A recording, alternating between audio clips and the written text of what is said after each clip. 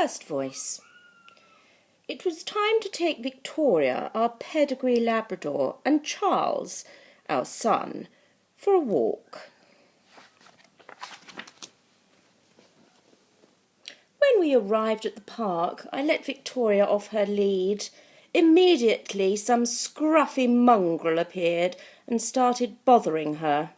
I shooed it off, but the horrible thing chased her all over the park.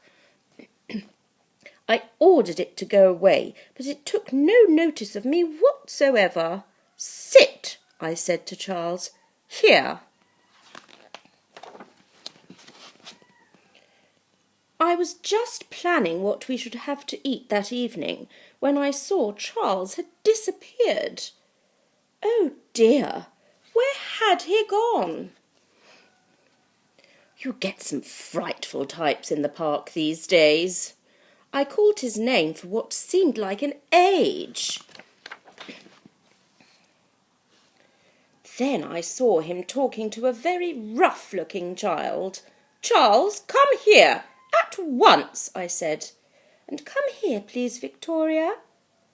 We walked home in silence.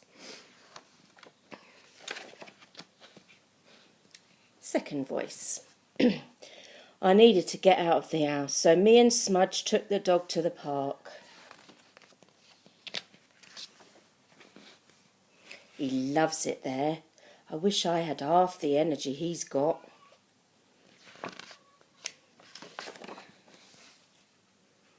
I settled on a bench and looked through the paper for a job. I know it's a waste of time really, but you've got to have a bit of hope, haven't you? Then it was time to go. Smudge cheered me up. She chatted happily to me all the way home.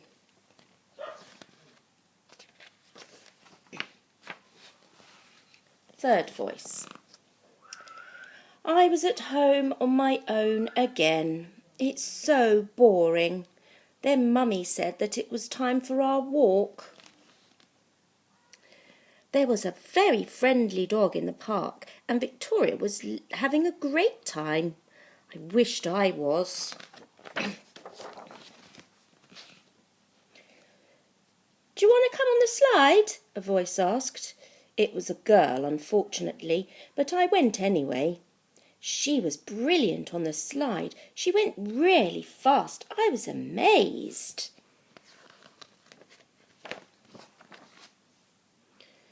The two dogs raced round like old friends. The girl took off her coat and swung on the climbing frame, so I did the same. I'm good at climbing trees, so I showed her how to do it. She told me her name was Smudge. A funny name, I know, but she's quite nice. Then Mummy caught us talking together and I had to go home. Maybe Smudge will be there next time. Fourth voice.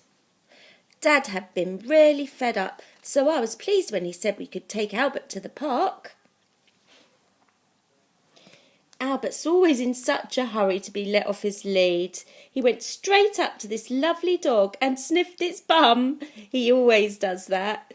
Of course the other dog didn't mind, but its owner was really angry, the silly twit.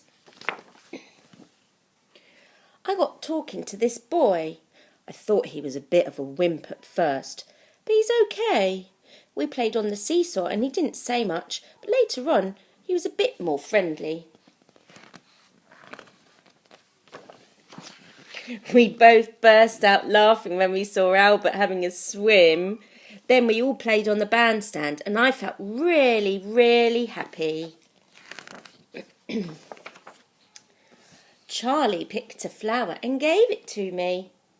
Then his mum called him and he had to go. He looked sad.